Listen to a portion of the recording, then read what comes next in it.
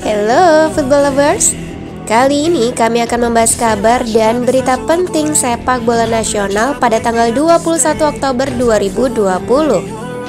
Sebelum kita bahas lebih jauh tentang apa saja kabar dan berita tersebut, jangan lupa juga untuk terus ikuti video terbaru dari channel kami Football Lovers.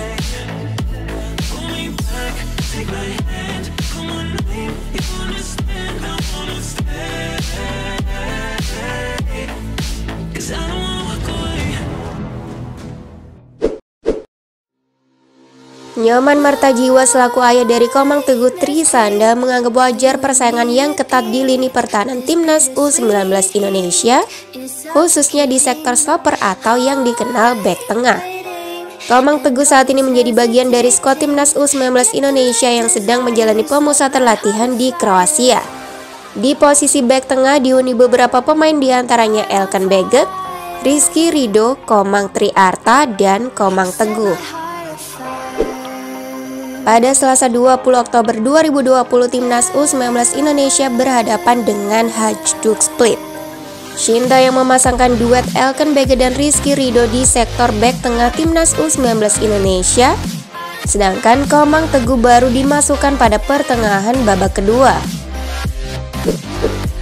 Nyoman Martajiwa menilai skuad Timnas U19 Indonesia telah menampilkan peningkatan yang signifikan. Nyoman juga memahami persaingan di skuad Timnas U19 Indonesia terutama di sektor pertahanan. Ia pun sebagai orang tua hanya bisa memberikan dukungan semangat untuk Komang Teguh. Nyoman Martajiwa pun mengatakan, "Kalau saya khususnya orang tua, saya senang ada perkembangan di Timnas U19 sekarang di bawah pelatih Sintayong.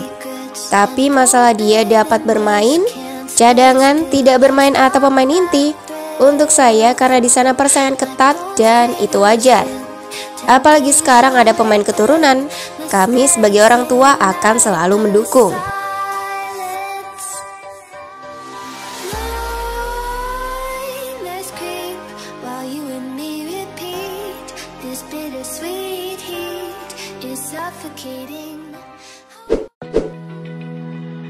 PSSI tetap menargetkan Timnas U19 Indonesia di bawah asuhan Sintayong raih hasil terbaik di Piala Dunia U20 2021.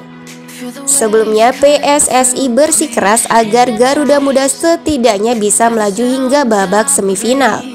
Namun pada Juli lalu federasi mendapat mandat dari Presiden Jokowi untuk menurunkan target menjadi lolos babak penyisihan saja. Kini Ketua Umum PSSI Muhammad Iryawan kembali menaruh harapan tinggi agar Bagas Kava dan kawan-kawan bukan hanya lolos babak penyisihan namun sampai masuk 8 besar.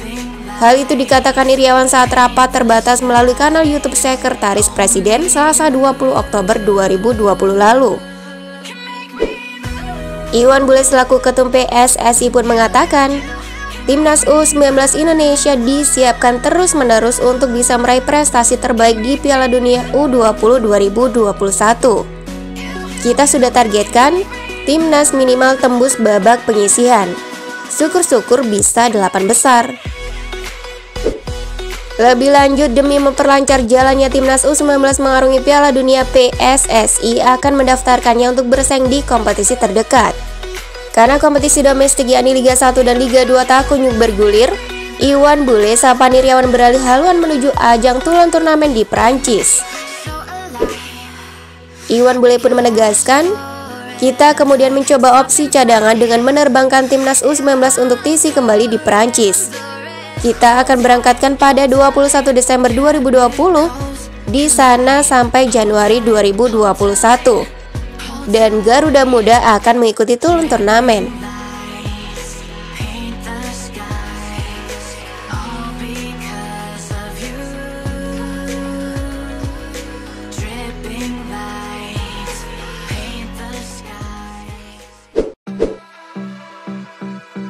Timnas U19 Indonesia akan ke Prancis pada Desember hingga Januari 2020. PSSI memastikan skuad Timnas Indonesia U19 akan kembali menjalani pemusatan latihan di Eropa mulai Desember 2020. Kali ini skuad asuhan Shin Tae-yong akan menjalani TC di Prancis. Di Prancis, Garuda Muda akan mengikuti turnamen sembari terus berlatih dan melakoni sejumlah laga uji coba. Muhammad Iriawan selaku Ketum PSSI pun membenarkan kabar tersebut. Timnas U19 akan TC di Prancis. Mereka akan berangkat 21 Desember sampai Januari 2021. Lalu Timnas U19 akan kembali ke Jakarta pada 23 Januari untuk persiapan mengikuti Piala AFC di Uzbekistan pada 22 Februari. Ini yang seharusnya digelar Oktober 2020 tapi ditunda.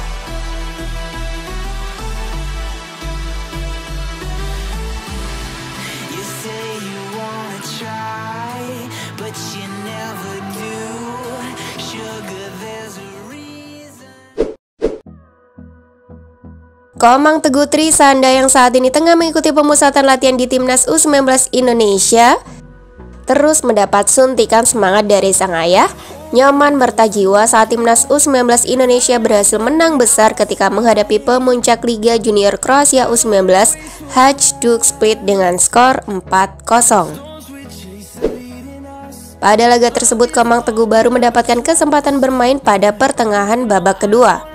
Nyoman Mertajiwa mengatakan sebelum bertanding, ia selalu menyampaikan semangat kepada Komang Teguh lewat pesan singkat. Nyoman juga selalu mengingatkan kepada Komang Teguh agar selalu mematuhi apa yang diperintahkan oleh tim pelatih. Nyoman meminta Komang Teguh tetap fokus dalam menjalani pemusatan latihan. Nyoman Mertajiwa pun mengatakan, sampai saat ini seperti tadi pagi kalau mau bertanding saya selalu WA. Ibunya juga setiap hari kasih support. Kami bilang selamat bertanding, tetap semangat di sana.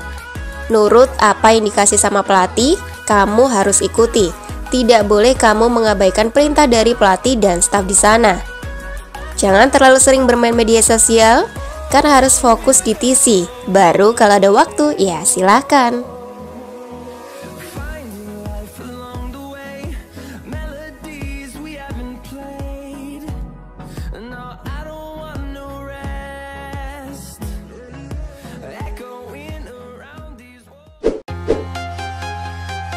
Laga Timnas U19 Indonesia melawan Hajduk Split menjadi debut pertama bagi dua pemain keturunan Jerman Indonesia.